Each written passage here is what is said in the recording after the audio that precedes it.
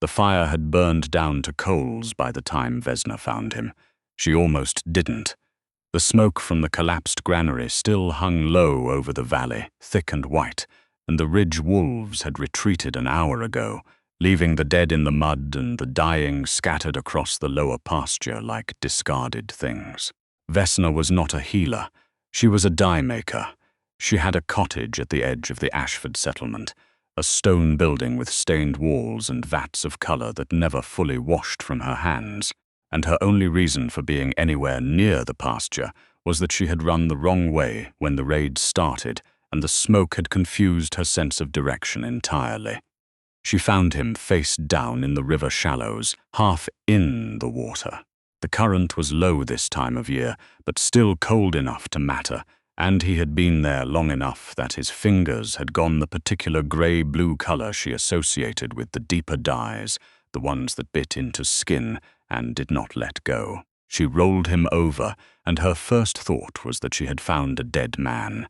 Her second thought was that he was breathing. The third thought, which came a beat later and brought with it a cold that had nothing to do with the river. She recognized the iron sigil on his chest plate. Every settler in the Northern Territories knew that sigil. The three-peak crest of the Vordane bloodline, the Alpha King of the Northern Ridge. She looked at the wound. It ran from his left collarbone down across his chest, deep and ragged, the kind made by a blade that had caught and dragged. The bleeding had slowed but not stopped, and the cloth of his shirt was saturated, heavy with it, pulling at the wound's edges in a way that was making things worse. There was no one else in the pasture. She had her work satchel. She brought it everywhere because the mordant solutions she used to fix dye into fabric were caustic, and she had learned young that you do not leave them unattended in a household with children or dogs. Inside the satchel, 3 glass vials of mordant solution, a wrapped cloth of clean linen she used to blot color tests, a small knife, and the thing she used for everything, the reason she could fix a torn dye cloth in the dark, could repair the woven straining bags without stopping her work. A steel needle, heavy gauge, and a length of thread. Not standard thread. She had learned early that the thread she bought at market frayed too easily in her work, that the mordant solutions ate through it in days. So she had started making her own, the way her grandmother had shown her, rolling and twisting individual strands from her own hair, treating them with a weak alum solution so they could withstand the dye. Her grandmother called it binder's cord. She had a spool of it in the satchel, dark auburn, tight twisted, strong enough that she had once used it to rehang a door hinge when she couldn't find proper rope. She pressed the linen cloth to the wound first. She was not a healer, and she knew she was not a healer, but she had spent 15 years working with her hands in conditions that occasionally involved burns and cuts, and the particular kind of injury that came from lifting vats of near-boiling liquid. She knew pressure. She knew how to stop something from getting worse while she figured out what to do about it. He made a sound when she pressed down. A sound that started low in his chest and came out raw, animal, like something dragged up from a place that did not use language. His eyes opened. They were the color of birchwood ash. Not grey, not silver, but the pale amber white of ash still warm from the fire, and they fixed on her face with an intensity that went straight through her like a needle through thin cloth. She did not stop pressing on the wound. "This is going to be unpleasant," she said, because it seemed necessary to say something, and that was the most honest thing she could think of. He did not speak. He watched her. The bleeding was not slowing the way it should. She could feel it, the warmth pushing through the linen despite the pressure, and she knew from watching the settlement's healer work over the years that deep wounds in the chest and shoulder did not stop on their own, that they needed closing. Her grandmother's voice, very clearly in her memory, "It is just a seam, Vesna. Everything is just a seam." She threaded the needle. Her hands were stained, as always, blue-green at the knuckles, red-brown at the nail beds, the permanent record of her work. They were steady. That surprised her a little. The first stitch went into the upper edge of the wound, and the man made that sound again. lower this time, and his hands closed into fists against the riverbank mud. She worked quickly. Not sloppily, she had never been able to work sloppily. It was not something her hands knew how to do, but quickly, the way she stitched the dye bags when they split mid-batch, and the whole thing would be ruined if she stopped to be careful. On the third stitch, she felt it. Something in her palms. A warmth that was not from the blood. It spread up through her wrists in a sensation she had no word for. Something like the feeling when you plunge both hands into warm water after a long, cold day, except deeper than that, reaching up through her forearms, her shoulders, settling behind her breastbone with a pressure that caught her breath. She almost pulled the needle back. She kept going instead, because she was a practical woman, and a practical woman did not stop stitching a mortal wound because her hands felt warm. He was watching her face the entire time. She could feel it. When she finally looked up, those ash-pale eyes had not moved. "You are using your hair," he said. His voice was rough with injury, but quiet, precise, like he was spending each word deliberately. "It's stronger than anything else I have with me," she said. "It won't fray." He was silent for a moment. Then, low, "What is your name?" "Vesna." He repeated it the way you repeat a word in a language you're just starting to learn, testing the sounds. "Who taught you this?" "My grandmother. She was a dye maker." "Dye makers don't stitch wounds." "No," she agreed, and placed the 9th stitch. "We stitch dye bags, pressing cloths, straining nets, the lining of every fermentation vat in the settlement. You develop a policy about needles."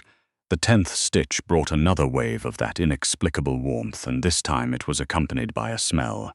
Cedar and deep water, rain on hot stone. It was coming from him, or from the wound, or from the place where the thread of her hair passed through his skin, as if the act of stitching released something that had been held under pressure. Her wolf stirred. That was the thing that nearly made her drop the needle. She had not felt her wolf in 4 years. She had been 19 the last time, standing in the settlement circle for the monthly pack run, waiting for the shift that never came. The Ashford pack elder, a woman with a face like weathered bark and no patience for anomaly, had declared her wolf-bound, the term they used when a wolf existed but would not move, would not respond, had retreated so far inside a person that it functioned only as a void. A locked room. The elder had said it was sometimes caused by grief, sometimes by trauma, sometimes by nothing at all. She had given Vesna a list of things to try. None of them had worked. So Vesna had gone back to her dye cottage and her grandmother's needle and the work she knew, and she had eventually stopped trying. But now, on a muddy riverbank in the aftermath of a raid, with a stranger's wound under her hands and her hair threaded through his flesh, something old and enormous turned over inside her, not emerging, just shifting. Like something too long asleep registering distantly that morning had come. She placed the 16th stitch. A shout from the ridge above, armored wolves. She could hear them in the long grass, crashing toward the river. She registered them without looking, placed the 17th stitch, the 18th. They reached the bank at the 23rd stitch. "Get away from him." One of them had a blade out. "Step back." "I am almost finished," she said, and placed the 24th. "She's stitching him with her hair." A second voice, strange, uncertain. "Get her back." A hand grabbed her shoulder, and she placed the 25th stitch anyway, before the grip tightened and pulled, and the needle came free, and she stumbled back, and her left hand, the one that had been holding the wound edge, dragged across his sternum. A smear of her stain-dark blood from a cut she hadn't noticed she had made, left across his skin. Where it touched, the skin went warm, not visually, not like a glow. Just warm. The warriors near her could see the way the tension left his face, a sudden easing, like a door swinging open. Then the man on the ground spoke. "Return her needle." The warriors went absolutely still. Now. The needle was pressed back into her palm. She returned to the wound without a word and placed the last 3 stitches, 28 in total. 28 lengths of her hair, dark auburn and treated with alum, and wound tight as a promise, threaded through the flesh of the alpha king of the northern ridge. closing him back together. She tied off the last knot and sat back on her heels. His name was Aldrich Voss, and she did not learn this until the warriors carried him to the ridge fortress, and she followed because he had asked her to, specifically, in a voice that left no room for interpretation, and when she tried to stop at the gate because she was not a warrior or a healer or anyone who belonged inside a ridge fortress, one of his hands had found hers, and the warmth of the bond, she did not yet know to call it that, had made her stop arguing. His healers worked around her stitches. They examined them the way you examine something that doesn't match anything in the reference material, turning and assessing and frowning in the particular way of professionals confronted by something outside their training. "Binder's cord," one of them said. The senior healer, a man with close-cropped grey hair and hands that smelled of pine resin. "I know what this is. This is traditional. Very old. We have not seen this in 2 generations. It holds," Vesna said from the chair they had put her in, because she had started shaking and couldn't stop. "It holds," the healer agreed. He looked at her differently after that. "Where did you learn to make it?" "My grandmother." "What was her name?" "Sigrid. She came north from the coastal settlements when she was young." The healer's expression shifted. He did not say anything more about the thread. Aldrich Voss was 33 years old and had ruled the Northern Ridge Alliance for 11 years. He had grey eyes and a jaw like the prow of a ship, and the kind of stillness that came from absolute certainty about one's own weight in a room. He had 3 scars Vesna could see, on his hand, at his jaw, and now 28 stitches across his chest and shoulder. He had never taken a mate, which the warriors mentioned to her, with varying degrees of subtlety over the following 2 days. She did not know what to do with that information. She had lived her entire adult life in a 3-room cottage with vat-stained walls, and the smell of alum and madder and weld permanently worked into the wood. Her ambitions were specific and modest: a 2nd set of dyeing frames, a better grinding stone for pigment preparation, and 1 good winter where the indigo vats didn't go wrong. She was practical. She was a dye maker who fixed her own equipment and grew her own mordant plants and had no framework for the thing that had begun to pulse, steadily, warm and insistent, behind her sternum.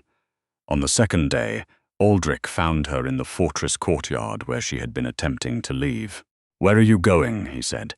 "Not a question." "Home," she said. "I have 3 dye vats that need to be stirred or they'll crust over. I've already lost a day." He looked at her for a long moment. He had the healers bandaging over his shoulder and chest, and he was moving carefully, but he was on his feet, which should not have been possible, and the color in his face was normal, which also should not have been possible. "Come back inside," he said. "I want to show you something." She followed him because the warmth in her chest pulled in that direction, and she was a practical woman who recognized when resistance was futile. He took her to the library, a proper one, not the reference shelf she had expected in a military fortress. Shelves of actual books, journals, rolled documents. He found what he was looking for on the 3rd shelf, a bound volume with a cracked spine, and opened it on the reading table. The pages were old, the writing was in an older dialect, but she could read enough of it. Her grandmother had spoken the old dialect sometimes, when she was tired or distracted. She read, "The Binder bloodline, an old pack lineage, old enough to predate the Ridge Alliance structure, old enough to predate the current pack hierarchy. Dyers and weavers by tradition, who had discovered that their craft had an additional property, that thread made from their own substance, hair and wool drawn from their own bodies, could seal more than wounds, could seal the space between 2 wolves, could create bonds that the standard mate marking did not replicate, bonds that ran deeper than the ceremonial, that tied at the level the old texts called the root self. The bloodline had been methodically reduced, suppressed. The history was written carefully in the passive voice of someone describing something they would rather not own directly. "My grandmother was a binder," Vesna said. "Yes, she never told me. I suspect she had reasons. Vesna looked at the pages and felt the same feeling she had felt at 19, standing in the settlement circle waiting for a shift that would not come, except the feeling was inverted now, not the void where something should be, the sudden presence of something that had been void for so long she had stopped expecting it. "The wolf binding," she said slowly. "My wolf wouldn't shift." The pack elder said it was trauma, or suppression, Aldrich said. Binder wolves do not shift on the standard schedule. They shift in response to bond activation. The thread is the trigger. She stood very still. "You knew this when you asked me to come inside. I knew it when you placed the first stitch." He met her eyes. "The warmth is not one-directional. I felt it also." She left the library and went back to the courtyard and stood in the cold air for a long time because she needed to think, and she could not think properly when he was in the same room. The bond, the thing she now had a name for, pulsed steadily, warm, regardless of distance. She could feel him through 2 stone walls. She went back inside and found the senior healer, the one who had recognized the binder's cord. "My grandmother," she said. "Sigrid. You knew the name." The healer was quiet for a moment. "I knew of her. Not personally. She was from the coastal settlement. She came north, as you said. She came north to hide." He did not deny it.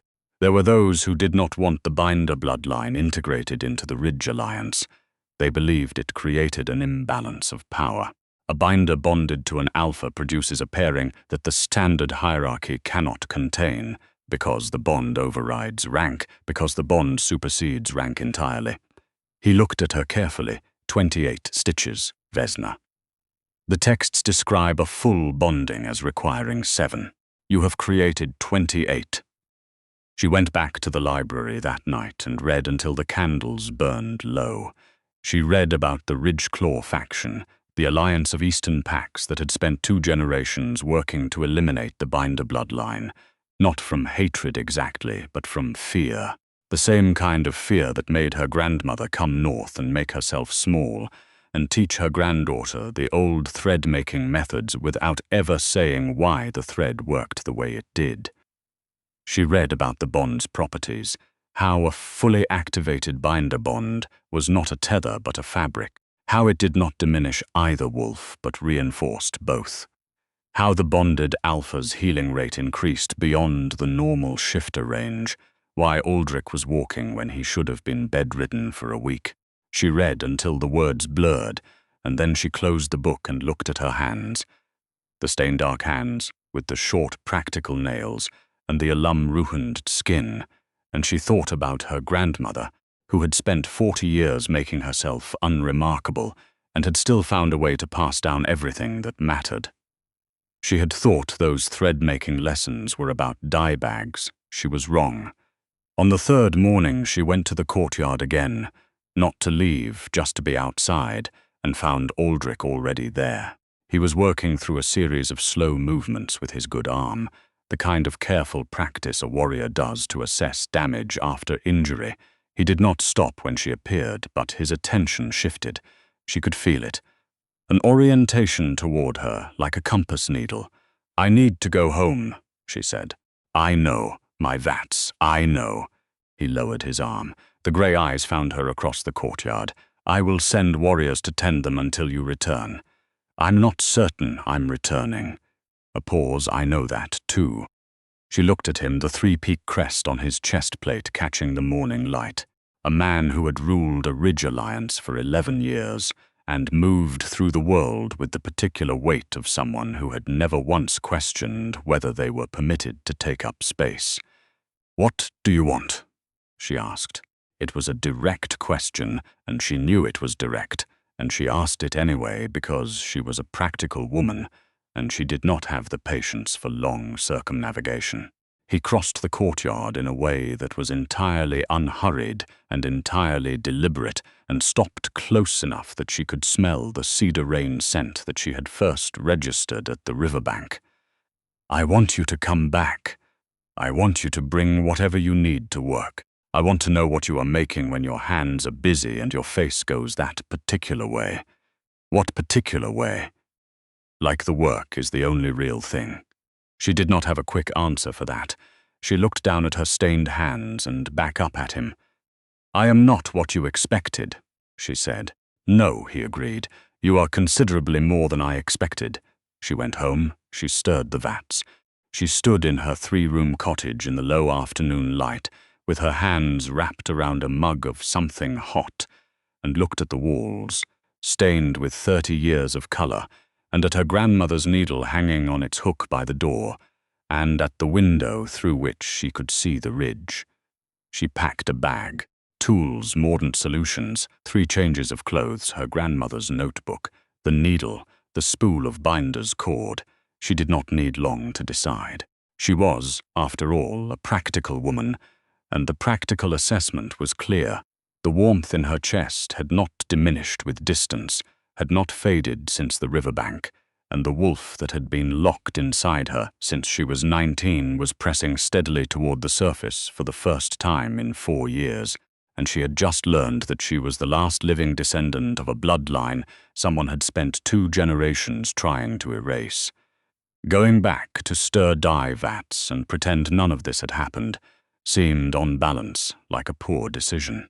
The Ridge Fortress in autumn was a different thing than she had expected from the outside. It was full of people, not just warriors, full people, craftspeople and healers and children who ran the interior corridors with a freedom that spoke to a different internal culture than the austere exterior suggested. The court was not what she expected either. She had expected the cool, assessing stares of people protecting established hierarchies. She found some of that. She also found curiosity and, from the warriors who had been in the pasture, something closer to quiet reverence that made her deeply uncomfortable. Aldrich gave her a workroom. It was at the eastern end of the fortress, 3 tall windows, north-facing light, a stone floor that had already been scrubbed clean. It was empty. The emptiness was a question. She filled it methodically. The frames went against the north wall. The mordant solutions went on the lower shelves, organized by temperature tolerance. The notebook went on the table by the largest window. Then she stood in the middle of the room and thought about what she was going to make. Not dye bags, not repair work. She had spent her life repairing other people's things, the dye bags that split, the straining cloths that wore through, the frame ropes that frayed. She was good at it. She had never questioned whether it was enough. Now she had 3 tall windows and north-facing light and enough material on those shelves to make something entirely new. She began with a length of unbleached linen, stretched on the frame, and she worked the first layer of color into it from the weld she had brought with her. Yellow, the base, the color everything else built on. And then she began to add the binder's cord, her own thread, twisted tight and treated, worked into the weave in a pattern that was not decorative but structural, a lattice underneath the visible surface that changed the fabric's properties in ways that only someone who had read the old texts would recognize. She was working the 4th row when Aldrich appeared in the doorway. He watched her work without interruption, the way he did everything, with a complete and unhurried attention that she was beginning to find less unsettling and more simply characteristic. "Show me," he said. She looked up. "Show you what? How you know what goes where?" She looked at the work and back at him and explained, because it was a real question, and she respected real questions. She explained how the binder's cord needed to run in opposing directions to create tension, how the mordant treatment changed the thread's interaction with dye, how the choice of base color mattered because the cord would eventually absorb it, and the combined effect would be different from either element alone. She explained for longer than she intended, and somewhere in the middle realized he was not watching the fabric. "What?" she said. "You are different when you explain it," he said. "You stop monitoring the room." She did not know what to say to that. She was not accustomed to being observed closely enough for anyone to track what she monitored. "I watch people," she said, finally. "I have always watched people. When you're not officially part of a pack structure, it is a useful skill, wolf-bound," he said. "It was what they called it. It was wrong. His voice carried a certainty that was not argument, just statement. The way you state a thing that you have already fully resolved. You were never bound. You were waiting. For what? He looked at her for a long moment, for the thread to find the right seam. There was a woman in the court named Ildra, Aldrich's second cousin, a tall woman with a polished authority she wore, the way some people wore expensive jewelry as a reminder of value. She had spent 3 years in a quiet campaign to position herself as a significant figure in the Ridge Court, and her investment in that campaign was visible in the precision of her dresses and the calibrated warmth of her greetings. She came to Vesna's workroom on the 4th day with a smile that was perfectly constructed. She complimented the workroom. She complimented the fabric on the frame. She asked thoughtful questions about mordant technique that revealed a genuine, surface-level knowledge of the craft, enough to seem engaged without enough depth to be threatening. Then she said, with the lightness of someone mentioning the weather, "Aldrich has not had the time to study the succession protocols properly, given everything. It is something I have been helping him with. The Ridge Alliance requires a very particular kind of partner, someone who understands the political architecture. The Binder tradition is fascinating, of course, but practically speaking..." She left the sentence unfinished. That was the technique, the implication that didn't have to be stated. Vesna looked at the fabric on the frame and then at Ildra and said, "Thank you for coming," in a tone that closed the conversation and returned to her work. When Ildra had gone, she sat for a moment with her needle still. She recognized the move. She had grown up watching moves like that, in a settlement where social architecture was the primary occupation of people with nothing else to build. The architecture of making someone feel like a misfit in a room they had just entered. She picked up the needle and placed the next row of binder's cord. She was still going to make what she had decided to make.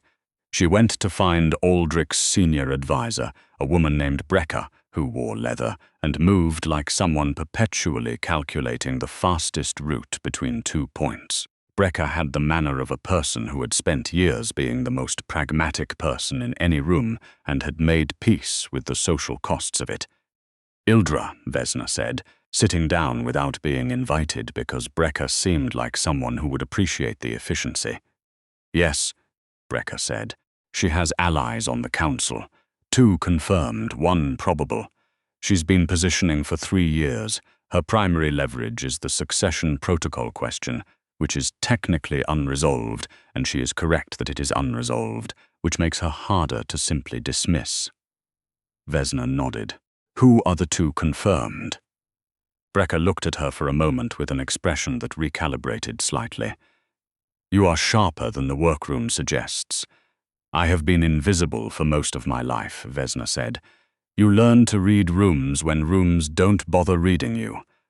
Something in Brecca's expression settled. "You and I are going to work well together," she said, and gave Vesna the names. She was in her workroom 3 nights later, working late because the piece was coming together, and she could not stop when it was coming together, when the door opened without a knock. Not Aldrich, Ildra. She had 2 people with her who were not court attendants. They stood at the door with the particular stillness of people waiting for a signal. Vesna did not stand up from her work. "The bond is a problem," Ildra said, not with hostility, with a practiced neutrality that was somehow colder. "Not for personal reasons. I want to be clear about that. The Ridgeclaw faction has been dormant for 6 years. Your existence, the bond, the Binder bloodline not being extinct, it will wake them. They will come for you. They will come for anyone connected to you. I am trying to prevent a war." "By doing what?" Vesna said. "By dissolving the bond before they know it exists. It can be done. There are herbs." Vesna looked at the fabric on the frame. She was halfway through the pattern. She could see how it would finish. "How long have you known about the Ridgeclaw faction?" she asked. Ildra paused. "A year, and you said nothing to Aldrich." A shorter pause. "I was handling it through other channels." "Were you?" Vesna said, and put down her needle and stood. "Because the way you handled it tonight, Looks like you brought 2 people into the Alpha King's fortress late at night with the intent of administering herbs to his bonded mate without his knowledge. That is not handling a faction. That is a different thing. The 2 people by the door shifted. Ildra's expression tightened. Vesna went to the window and put her hands flat on the sill and pushed the bond open the way she had been learning to do, tentatively over the past 3 days, the way you learn the mechanics of a new tool. She pressed her wolf against it, the wolf that had been locked for 4 years and was now pressing steadily toward the surface, warm and furious, and sent it outward like a signal. Aldrich arrived in 6 minutes. She counted. He came through the door and the bond between them hit the room like a change in pressure. The 2 people by the entrance went immediately, visibly very still. Ildra did not flinch. She was braver than that, but the color left her face. Aldrich looked at Vesna first, a rapid, total assessment. She gave him the smallest nod. I am not harmed. He looked at Ildra. Ridgeclaw, Vesna said, so he had the context. The conversation that followed was not long. Aldrich did not raise his voice. He did not need to. He had the particular quality of a person whose quiet is more authoritative than other people's volume, and when he spoke to Ildra in that quiet, the 2 people at the door were already retreating. Ildra was escorted to her quarters. Brekka would handle the council allies in the morning. When the room was empty, Aldrich stood in the doorway looking at Vesna. You should have called sooner, he said. I wanted to hear what she said. You were assessing her, yes, from across a room with 2 people blocking the exit. I was always going to call you, she said. I just wanted complete information first. He crossed the room and stood in front of her, and the bond hummed between them, all 28 threads, a sound she had started to feel in her teeth. You are the most frustrating person I have encountered in 11 years of governance, he said, and there was something in his voice that was not frustration. And that is a long list. She looked up at him. The grey eyes, ash-warm, were the same as they had been on the riverbank, steady and direct, and not particularly interested in performing anything other than what they contained. I am a practical woman, she said. I know. He lifted her hand, the stain-dark left hand, and pressed it flat against his chest over the stitched wound. Through the fabric, through the bandaging, she could feel his heartbeat, slow and steady and perfectly, impossibly synchronized with hers. What would it cost me, he said, to convince you that you are allowed to call sooner? She thought about it. A grinding stone, she said, for pigment preparation. Mine is inadequate. He looked at her for a long moment, then the corner of his mouth moved, barely, the beginning of something she suspected he did not do often. Done, he said. The grinding stone appeared outside her workroom the next morning. She stood at the door looking at it, and then at the ridge, and at the valley below where the pasture had been, where she had found him in the shallows with his fingers going blue, and she felt her wolf press urgently against the inside of her skin, harder than it had yet, the way a tide builds before it breaks. She went inside and finished the piece. It took her 5 more days. She worked in long stretches, eating at the frame, stopping only when Aldrich brought food and sat near her, without speaking, which he did every evening, a constancy she had stopped questioning. The piece was not what she had originally envisioned. It was larger, for one thing. The binder's cord had taken more material than she planned, and the pattern had evolved as she worked, guided by something that felt less like decision and more like recognition, like uncovering a design that had already been there. When it was done, she stood back and looked at it for a long time. It was a length of fabric, roughly the size of a door, worked in yellow and deep madder red and indigo, the colors she had grown up with. And through all of it, running in the structural lattice beneath the visible surface, 28 lengths of binder's cord, connecting and intersecting in a pattern that looked, when she stepped back, like a map of the Northern Territories seen from above.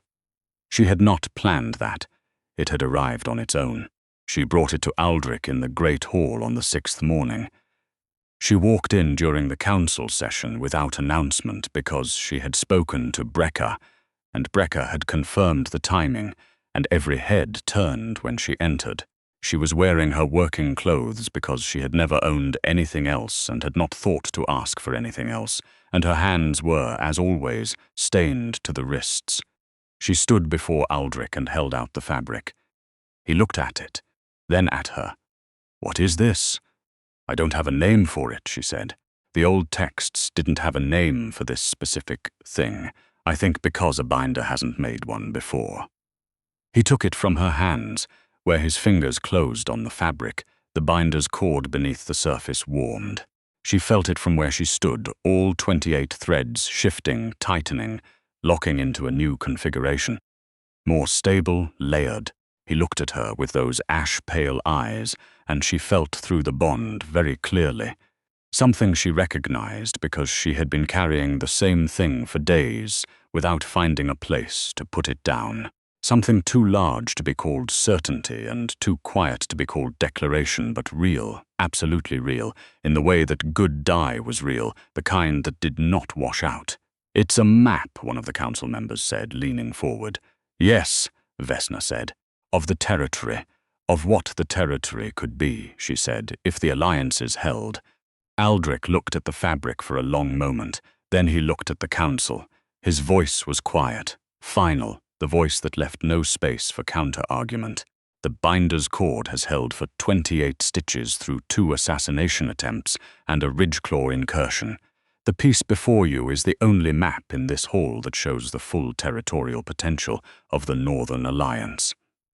He paused. "The weaver of this map is my bonded mate. Those who have questions about what that means for the succession protocol are welcome to consult Brecker, who has prepared a document. Those who have objections can bring them to me directly." He looked at Ildra's empty chair. "I recommend they do not." The hall was very quiet. Vesna stood in the middle of it, in her stained working clothes, with her grandmother's needle in her pocket, and her wolf pressing steadily toward the surface. And she looked at the man who had asked to be shown how the thread worked, who had found her a grinding stone, who sat near her in the evenings without needing to fill the silence.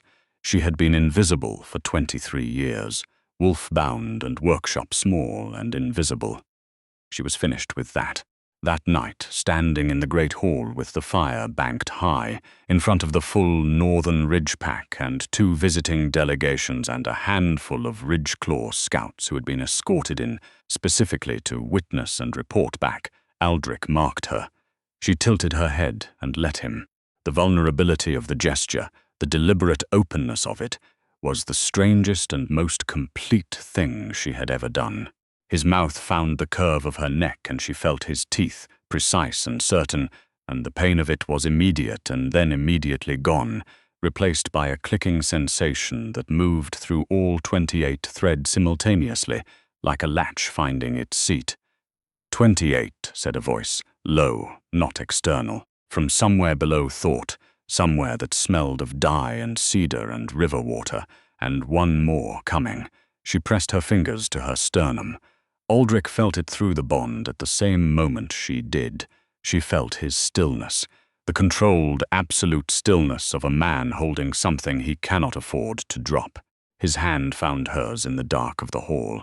His thumb moved across her knuckles. She did not need to look at his face. She knew what was in it. She was carrying the same thing.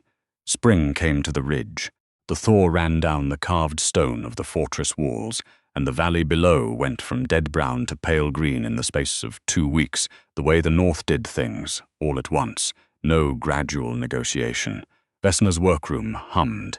She had 2 apprentices, young women from the outlying settlements, both of them daughters of people who had taught their children to make themselves small. She was teaching them that small was a choice, not a condition. Brecker had dismantled the succession protocol ambiguity with characteristic efficiency. The Ridgeclaw scouts had returned home with what they saw, which was, Brecker noted, exactly what they had been brought to see. One morning Vesna was in the workroom when her wolf, after 4 years of locked absence, simply rose to the surface and shifted. It was nothing like the failed ceremony at 19. No circle, no elders, no performance. Just the light through the north windows and her hands still holding the shuttle, and then a wolf, dark auburn like her hair, standing in a workroom full of thread. Not white, not luminous, no ancient bloodline visual drama. Just a wolf, solid and warm, and exactly the right size. She stood in the light for a moment, and then shifted back and picked up the shuttle and kept working. Aldrich found her that way an hour later. She did not tell him what had happened. He knew. Through the bond, all 28 threads carrying a particular quality, a solidity, a thing that has finally arrived. He came to stand behind her. His hands were warm on her shoulders. "You shifted," he said. "Yes. How did it feel?" She thought about it carefully, the way she thought about color questions, the way she thought about anything that required precision. "Like the last seam," she said. "Like when the piece is finally finished and you can see what you were making all along." He pressed his mouth to the top of her head. Outside the workroom window, the valley was green all the way to the river, and somewhere in the water she could see the shallows where she had found him, the place where everything had changed, the place that looked like an ending, but had been all along the first stitch.